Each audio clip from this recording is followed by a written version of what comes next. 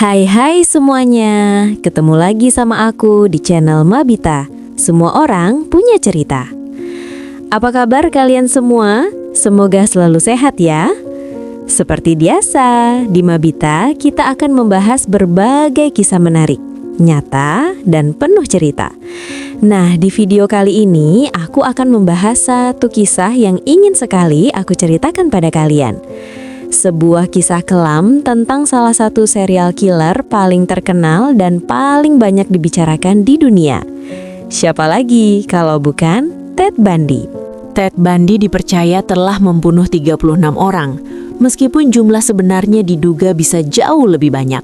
Sampai hari ini, pihak berwenang pun masih belum benar-benar yakin berapa jumlah korban sebenarnya. Bahkan Ted Bundy sendiri sering mengubah-ubah pernyataannya. Kadang ia mengatakan angka 36 adalah jumlah yang tepat, namun di kesempatan lain ia menyebutkan bahwa jika ditambahkan satu digit lagi, barulah mendekati jumlah sebenarnya. Lalu bagaimana sebenarnya perjalanan hidup Ted Bundy?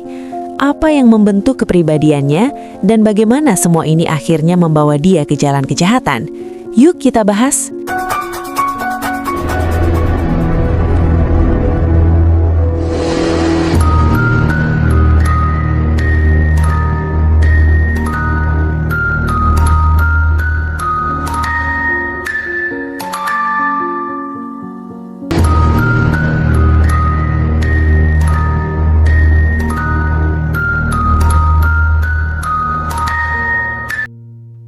Ted Bundy lahir dengan nama Theodore Robert Cowell pada 24 November 1946 di Burlington, Vermont, Amerika Serikat.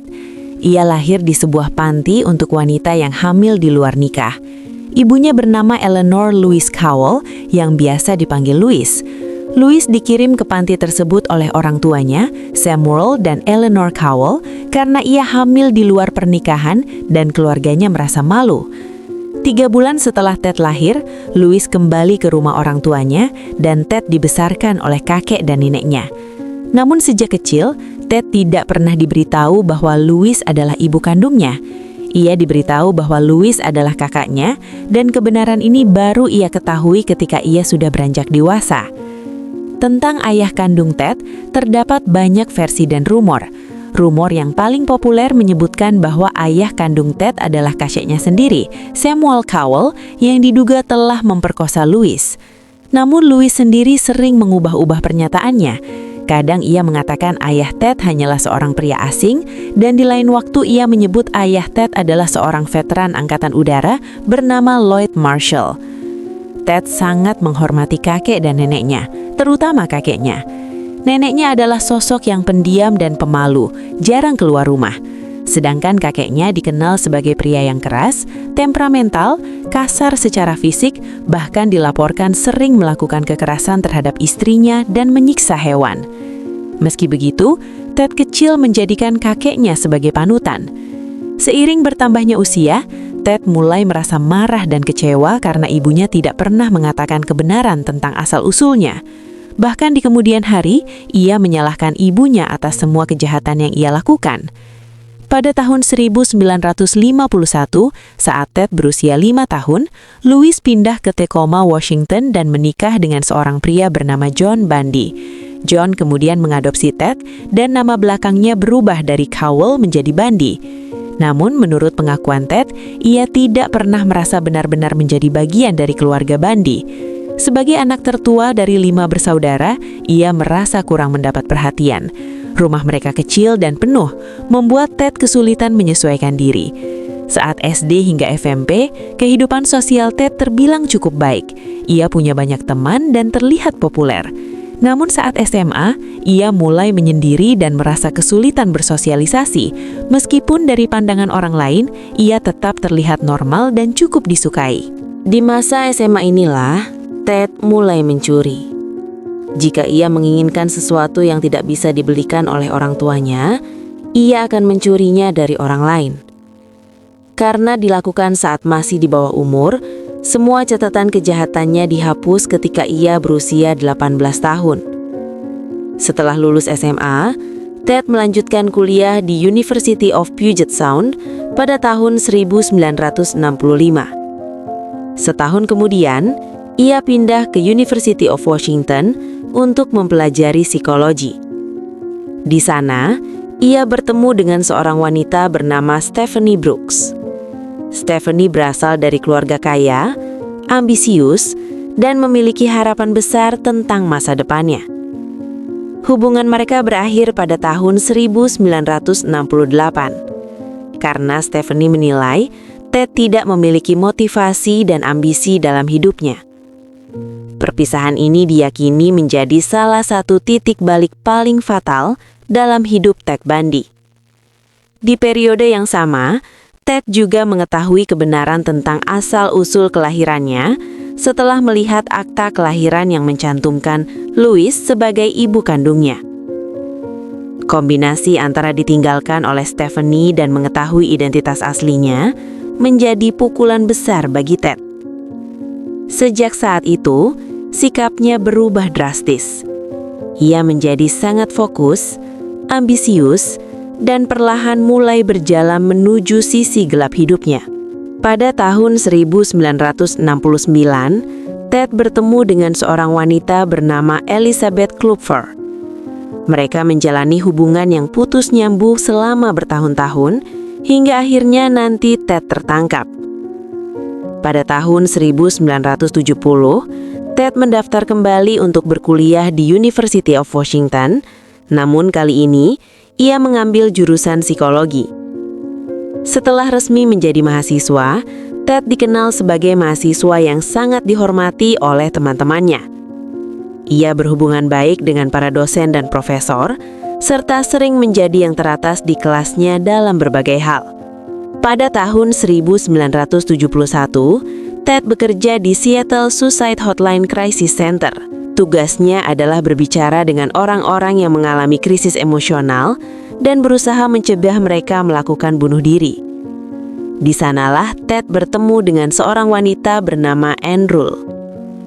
Mereka cukup dekat, dan di kemudian hari, Ann Rule menulis sebuah buku tentang Ted Bundy berjudul The Stranger Beside Me, yang menjadi salah satu buku paling terkenal tentang Ted Bundy.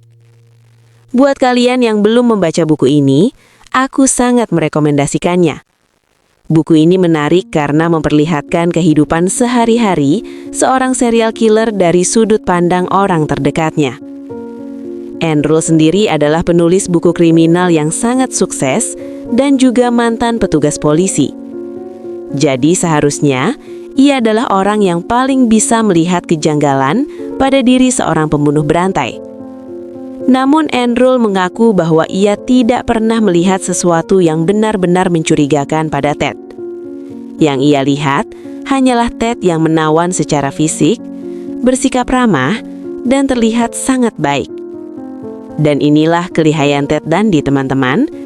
Ia mampu membuat orang-orang di sekitarnya percaya bahwa dirinya adalah orang baik. Pada tahun 1972, Ted akhirnya lulus dari University of Washington sebagai sarjana psikologi. Tahun berikutnya, ia mendapatkan posisi yang cukup terhormat di dunia politik Washington. Pada musim gugur, Ted mulai berkuliah di jurusan hukum di University of Puget Sound. Ted Bundy yang baru ini terlihat sukses dan ambisius. Hingga akhirnya, ia kembali menarik perhatian Stephanie. Mereka pun kembali menjalin hubungan. Namun di saat yang sama, Ted masih tetap berhubungan dengan Elizabeth Klopfer. Artinya, Ted menjalani hubungan dengan dua perempuan sekaligus tanpa sepengetahuan keduanya.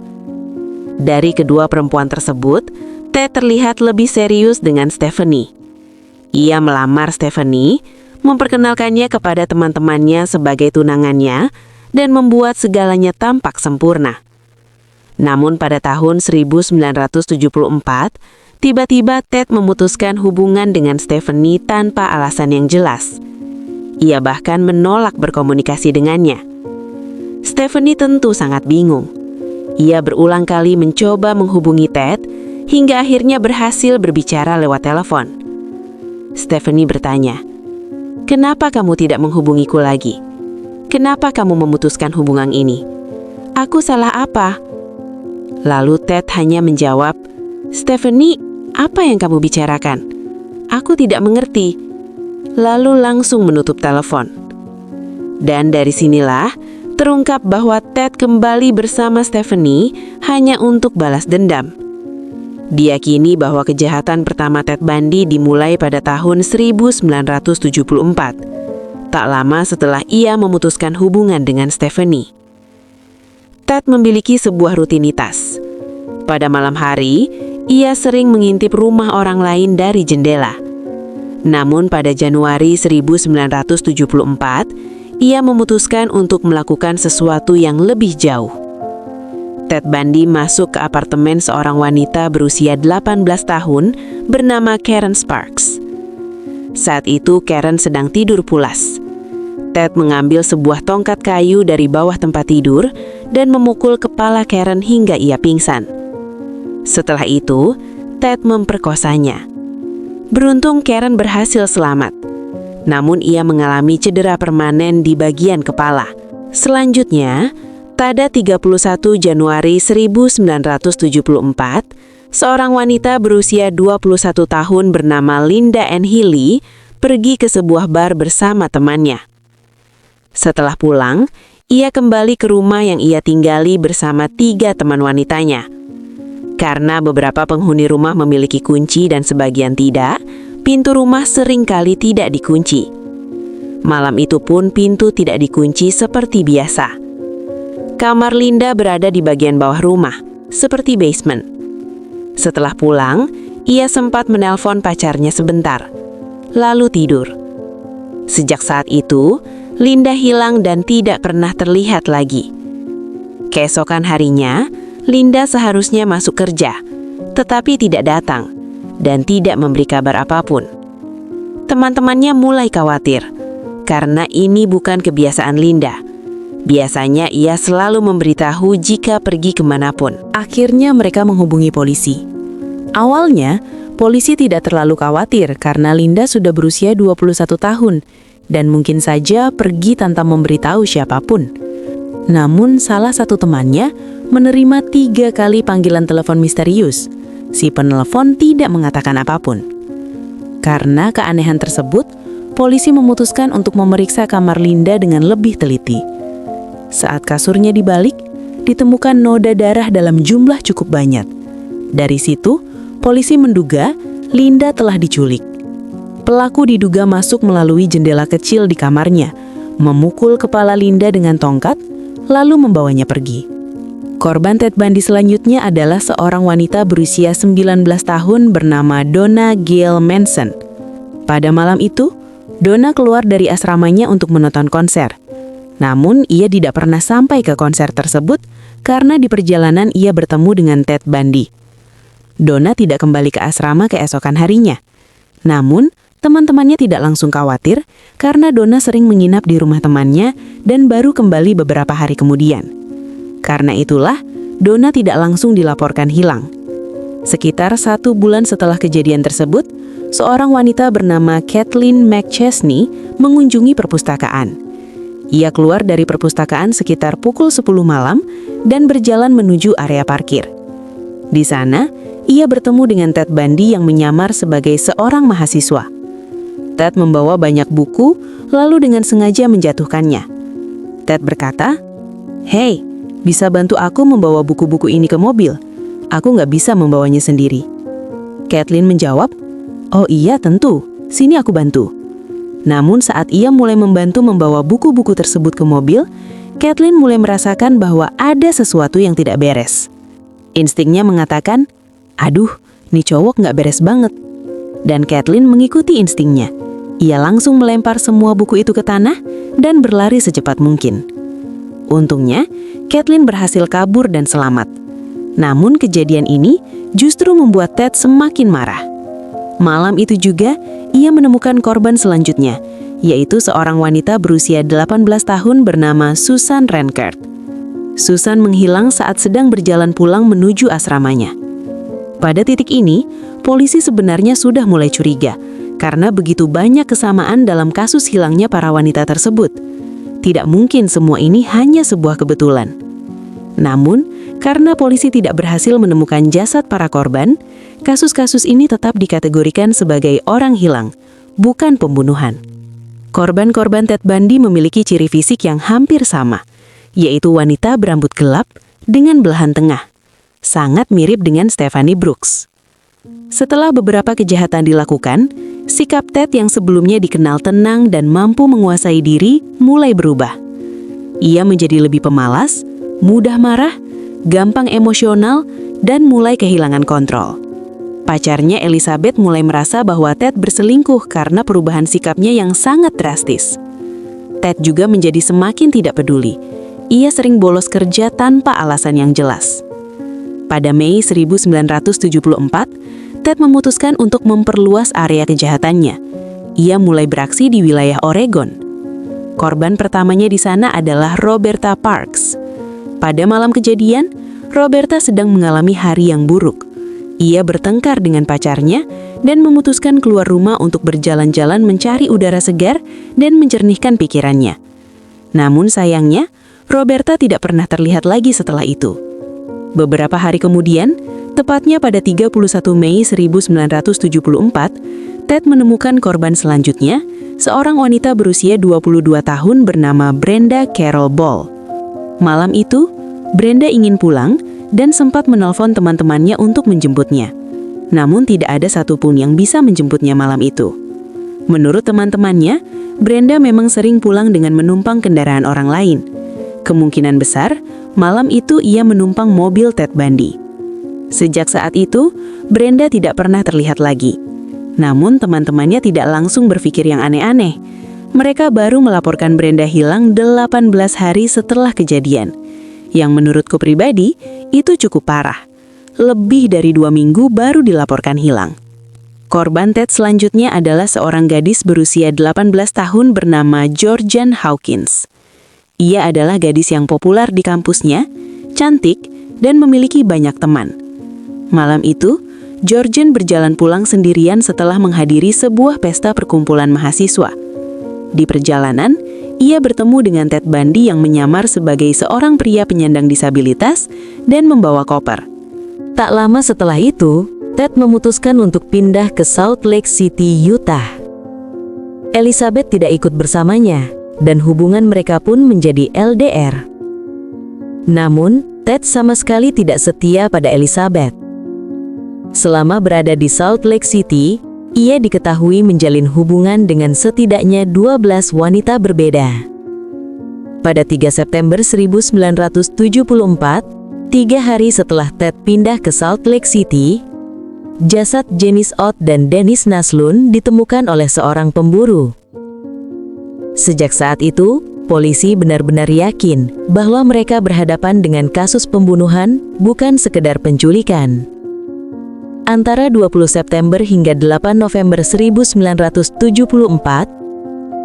Ted setidaknya telah membunuh 4 wanita, yaitu Nancy Wilcox, Melissa Smith, Carol Daronge, dan Deborah Kent. Modus operandi Ted mulai berubah, teman-teman. Jika sebelumnya ia berusaha menghilangkan jasad korban secepat mungkin, kini Ted mulai menyimpan jasad para korban untuk memuaskan hasrat seksualnya. Ia melakukan nekrofilia, bahkan memakaikan make-up pada wajah jasad tersebut, memandikan, membersihkan, mencuci, lalu memakaikan pakaian baru. Sementara itu di Seattle, Elizabeth membaca semua berita tentang pembunuhan ini di koran. Ia mulai curiga bahwa pacarnya, Ted Bundy, terlibat dalam semua kejahatan tersebut. Karena kecurigaannya itu, Elizabeth bahkan menelepon polisi untuk melaporkan Ted. Namun saat itu, polisi sudah memiliki cukup banyak petunjuk lain, sehingga laporan Elizabeth tidak langsung ditindaklanjuti. Di hadapan Ted, Elizabeth berpura-pura seolah tidak pernah mencurigainya. Ia juga tidak pernah mengatakan bahwa dirinya telah menghubungi polisi. Lama-kelamaan, Elizabeth mulai mengingat kembali tanggal-tanggal pembunuhan tersebut. Ia menyadari bahwa pada hari-hari itu, Ted bersikap biasa saja, terlihat normal seperti tidak terjadi apa-apa. Elizabeth pun berpikir, tidak mungkin seseorang yang melakukan kejahatan sekeji itu bisa bersikap normal setelahnya. Akhirnya, Elizabeth merasa sedikit lega dan menganggap bahwa kecurigaannya hanyalah kepanikan sesaat. Setelah itu, Ted kembali memperluas area kejahatannya, kali ini ke Colorado. Pada 12 Januari 1975, Ted membunuh korban selanjutnya, seorang wanita bernama Ellen McElroy. Saat itu, Ellen sedang menginap di sebuah resort ski di Colorado bersama anak-anak dan suaminya. Di hotel, Ellen berkata, "Aku turun ke lobi sebentar ya, mau ambil sesuatu." Namun saat Ellen kembali ke kamarnya dan keluar dari lift, Ted sudah menunggunya. Ia langsung menculik Ellen. Jasad Ellen ditemukan sekitar 4 km dari penginapan tersebut, sebulan setelah kejadian. Pada 14 Maret 1975, Ted kembali beraksi di Colorado dan menemukan korban selanjutnya. Seorang wanita bernama Julie Cunningham yang bekerja sebagai instruktur ski. Malam itu, Julie hendak pulang ke rumah. Di area parkiran, ia melihat Ted yang menyamar sebagai pria penyandang disabilitas dan kesulitan memasukkan peralatan ski ke dalam mobil. Ted berkata, "Hei, kamu bisa bantu aku masukin peralatan ski ini ke mobil?" Julie menjawab, "Oh ya, tentu saja." Namun setelah itu, Julie tidak pernah terlihat lagi. Pada 6 April 1975, Ted membunuh seorang wanita bernama Denise Oliverson. Saat itu, Denise sedang bersepeda menuju rumah orang tuanya. Ted membuang jasad Denise ke sebuah sungai. Kini, pembunuhan telah terjadi di Washington, Oregon, dan Colorado. Polisi mulai mengumpulkan semua bukti dan petunjuk, dan mereka menyadari bahwa semua kejahatan ini dilakukan oleh satu orang yang sama. Satu nama terus muncul dalam investigasi mereka, Ted Bundy. Namun Ted belum berhenti. Ia kembali beraksi di wilayah Idaho. Setibanya di sana, Ted mencoba masuk ke sebuah rumah perkumpulan mahasiswa, tetapi dihentikan oleh seorang pria. Pria itu bertanya, "Kamu siapa? Aku nggak kenal kamu. Pergi dari sini." Ted tertangkap basah. Hal ini membuatnya sangat kesal, namun ia memilih pergi dengan tenang. Dalam perjalanan kembali ke hotel, Ted bertemu dengan seorang anak perempuan berusia 12 tahun bernama Lynette Culver yang sedang berjalan pulang sekolah bersama temannya. Ted menghampirinya, dan entah bagaimana caranya, ia berhasil meyakinkan Lynette untuk masuk ke dalam mobilnya. Ted membawa Lynette ke kamar hotel, lalu menenggelamkan gadis berusia 12 tahun tersebut di bak mandi hingga tewas. Pada 16 Agustus 1975, Ted mengisap marijuana dan berkendara keliling, kemungkinan besar sedang mencari korban selanjutnya. Saat sedang mengemudi, sebuah mobil polisi tiba-tiba mengikuti dari belakang dan menyalakan lampu sirina. Ted sangat panik, alih-alih menepi, ia justru mempercepat laju mobilnya. Ted berusaha melarikan diri tetapi gagal dan akhirnya dihentikan oleh polisi. Ia dibawa ke kantor polisi dan ditahan atas tuduhan melarikan diri dari petugas. Saat polisi memeriksa mobil Ted, mereka menemukan berbagai benda mencurigakan, seperti borgol, tali, pakaian dalam wanita, dan masker ski. Namun barang-barang tersebut belum cukup kuat untuk menahannya lebih lama, sehingga polisi terpaksa melepaskannya. Meskipun begitu, polisi sebenarnya sudah sangat curiga bahwa Ted Bundy adalah serial killer yang mereka cari. Namun mereka belum memiliki cukup bukti. Polisi kemudian memutuskan untuk memanggil para wanita yang berhasil lolos dari pelaku, serta para saksi di Danau Sammamish untuk melakukan identifikasi. Para saksi diperlihatkan dua tumpukan foto. Yang pertama berisi foto mobil, termasuk mobil milik Ted, dan yang kedua berisi foto para pria, termasuk foto Ted Bundy. Para saksi menunjuk mobil Ted Bundy dan juga wajah Ted Bundy sebagai pelaku. Setelah kejadian tersebut, Ted yang sudah sangat panik berusaha menjual mobilnya kepada seorang remaja. Namun usaha ini gagal karena polisi lebih dulu mengetahuinya. Setelah pemeriksaan lebih teliti terhadap mobil Ted Bundy, polisi menemukan darah dan rambut dari beberapa korban. Ted pun akhirnya ditangkap. Namun ia dibebaskan sementara karena ibunya membayar uang jaminan sebesar $15.000 atau sekitar 200 juta rupiah saat ini. Polisi masih belum memiliki cukup bukti untuk langsung mendakwa Ted atas pembunuhan-pembunuhan tersebut. Namun pada Juni 1976, polisi akhirnya berhasil mendakwa Ted bersalah atas percobaan penyerangan terhadap seorang wanita yang berhasil lolos. Ia dijatuhi hukuman 1 hingga 6 tahun penjara. Di dalam penjara, Ted masih berhasil menipu banyak orang dengan karismanya. Para petugas dan tahanan lain percaya bahwa Ted adalah orang baik dan tidak bersalah. Ia mendapatkan perlakuan istimewa karena dianggap sebagai kambing hitam yang salah dihukum. Ted dipindahkan ke beberapa penjara berbeda, dan ia bahkan memutuskan untuk menjadi pengacara bagi dirinya sendiri. Bayangkan saja teman-teman, betapa besar ego dan arogansi dalam dirinya. Hanya karena pernah kuliah di jurusan hukum, Ted merasa mampu membela dirinya sendiri dalam kasus pembunuhan berat. Pada Juni 1977, karena ia mewakili dirinya sendiri sebagai pengacara, ia diperbolehkan menggunakan perpustakaan penjara untuk melakukan riset atas kasusnya. Biasanya, saat ia berada di dalam, petugas akan menunggu di luar. Namun hari itu Ted mengambil kesempatan. Ia membuka jendela perpustakaan yang berada di lantai 2 dan melompat keluar. Pergelangan kakinya patah, tetapi ia tetap kabur. Ia mencuri beberapa pakaian dan stok makanan dari sebuah toko, lalu melarikan diri ke daerah pegunungan. Ia bebas selama 6 hari sebelum akhirnya ditemukan dan ditangkap oleh polisi.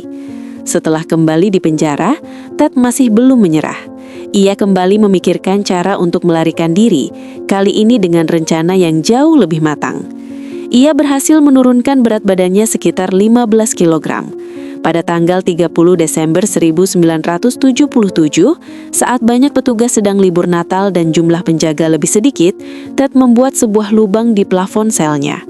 Untuk bisa masuk ke lubang itu, ia memang harus memiliki tubuh yang lebih kurus. Lubang tersebut terhubung ke apartemen seorang penjaga penjara yang sedang liburan. Ted masuk ke apartemen itu, mengganti pakaiannya, lalu keluar begitu saja. Ia juga menumpuk buku-buku di bawah selimutnya agar petugas mengira ia masih tidur di kasur. Petugas baru menyadari Ted menghilang setelah 17 jam, memberi Ted waktu yang sangat banyak untuk pergi sejauh mungkin. Saat itu ia sudah berada di Chicago. Menurut pengakuan Ted, awalnya niatnya kabur dari penjara adalah untuk mendapatkan pekerjaan yang baik dan menjalani hidup normal. Ia mengaku tidak ingin melakukan kejahatan lagi. Namun setelah bebas, hasrat membunuh itu kembali muncul.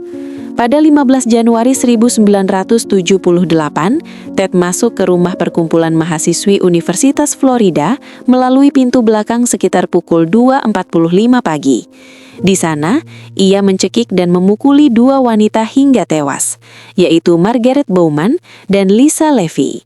Kepada Lisa, Ted melakukan tindakan yang sangat sadis. Ia mencabut puting payudaranya, menggigit bokongnya, serta melakukan pelecehan seksual menggunakan botol semprot rambut. Ted juga memukuli 2 wanita lain dengan batang kayu, tetapi mereka berhasil selamat karena seorang teman serumahan bernama Dina pulang sekitar pukul 3 pagi, sehingga serangan itu terhenti. Ted yang masih berada di lantai atas mendengar suara pintu terbuka dan langsung bersembunyi. Dina sempat melihat Ted Bundy turun dan keluar dari rumah sambil membawa batang kayu. Namun Ted belum puas. Setelah itu, ia pergi ke apartemen seorang wanita bernama Cheryl Thomas dan menyerangnya hingga tulang rahangnya patah. Cheryl mengalami berbagai cedera serius, tetapi berhasil selamat. Kasus ini menarik perhatian publik. Ted kemudian mencuri sebuah van dan berkendara ke Jacksonville. Di sana ia bertemu seorang gadis berusia 14 tahun. Ia mengaku bernama Richard Burton dari pemadam kebakaran. Beruntung kakak gadis itu datang dan langsung menanyai Ted, sehingga Ted pergi dari sana. Keesokan harinya, seorang anak perempuan berusia 12 tahun bernama Kimberly Leach menghilang. Tubuhnya ditemukan 7 minggu kemudian di sebuah sungai. Saat itu, Ted resmi dijadikan buronan FBI. 3 hari setelah jasad Kimberly ditemukan, polisi menghentikan Ted yang sedang mengendarai mobil curian. Setelah memeriksa plat nomor, polisi memastikan mobil tersebut hasil curian. Di dalam mobil ditemukan 3 kartu identitas dan 21 kartu kredit curian. Ted Bundy langsung ditangkap. Saat ditangkap, Ted menolak berbicara kecuali diberi kesempatan menelpon selama 2 jam. Polisi mengizinkannya.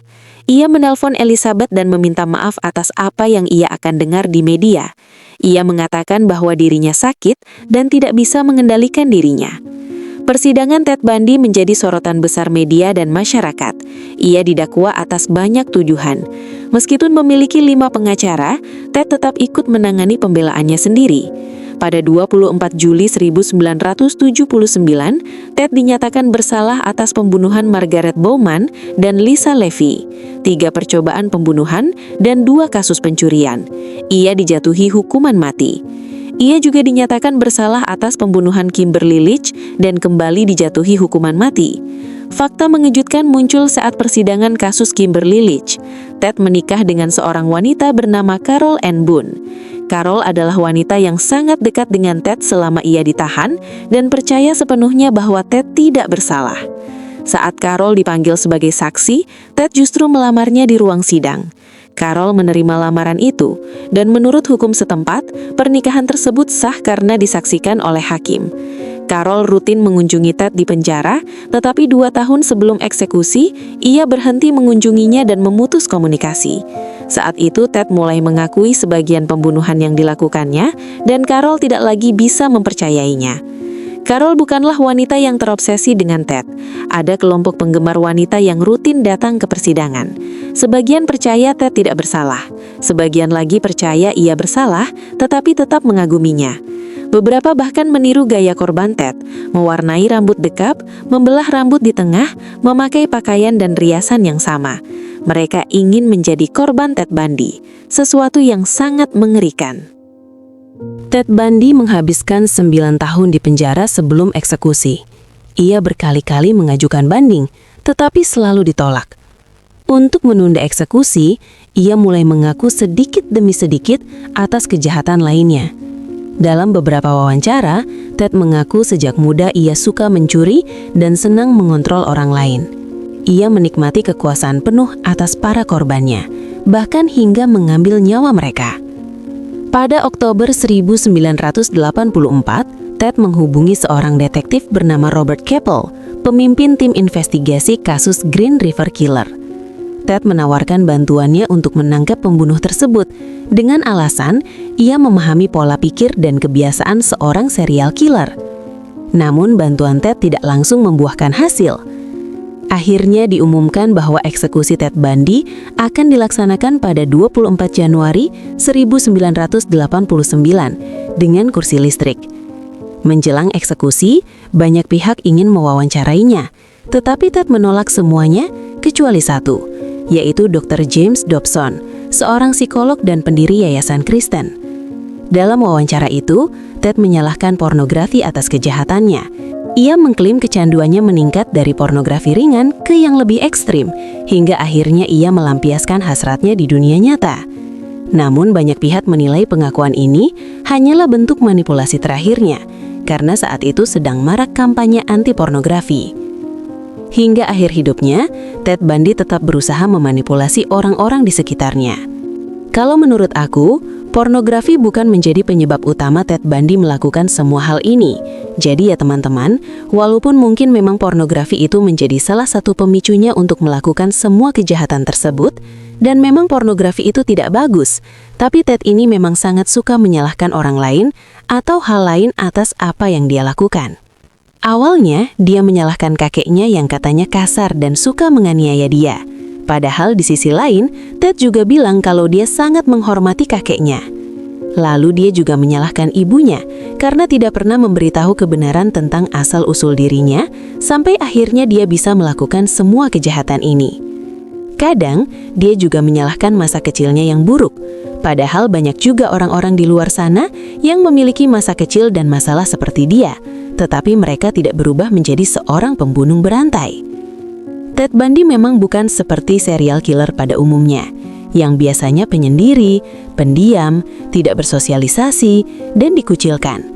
Ted itu menawan, tampan, berkarisma, dekat dengan banyak orang, dan punya banyak teman. Dia berbicara sesuai dengan apa yang ingin orang dengar dan bersikap sesuai dengan apa yang ingin orang lihat, sampai semua orang berpikir dia adalah orang yang baik. Bahkan orang-orang terdekatnya pun tidak pernah mencurigainya. Padahal kenyataannya, dia adalah seorang predator yang sangat-sangat berbahaya. Oke teman-teman, itu dia kisah kita kali ini. Dari cerita ini, kita bisa belajar satu hal penting. Bahaya tidak selalu datang dari orang yang terlihat menyeramkan. Kadang justru datang dari sosok yang tampak ramah, pintar bicara, dan terlihat baik-baik saja. Ingat teman-teman, insting itu penting. Kalau hati kalian merasa tidak nyaman, jangan pernah diabaikan. Lebih baik waspada daripada menyesal. Karena seperti yang selalu aku bilang di channel ini, Mabita, semua orang punya cerita. Dan sayangnya, tidak semua cerita berakhir bahagia. Terima kasih sudah mendengarkan cerita ini sampai akhir. Kalau kalian suka konten seperti ini, jangan lupa like, subscribe, dan share supaya cerita-cerita lain bisa terus sampai ke lebih banyak orang. Buat kalian yang punya request kasus atau kisah misteri lainnya, kalian bisa komen di kolom komentar ya. Aku pamit, sampai ketemu di cerita berikutnya. Bye!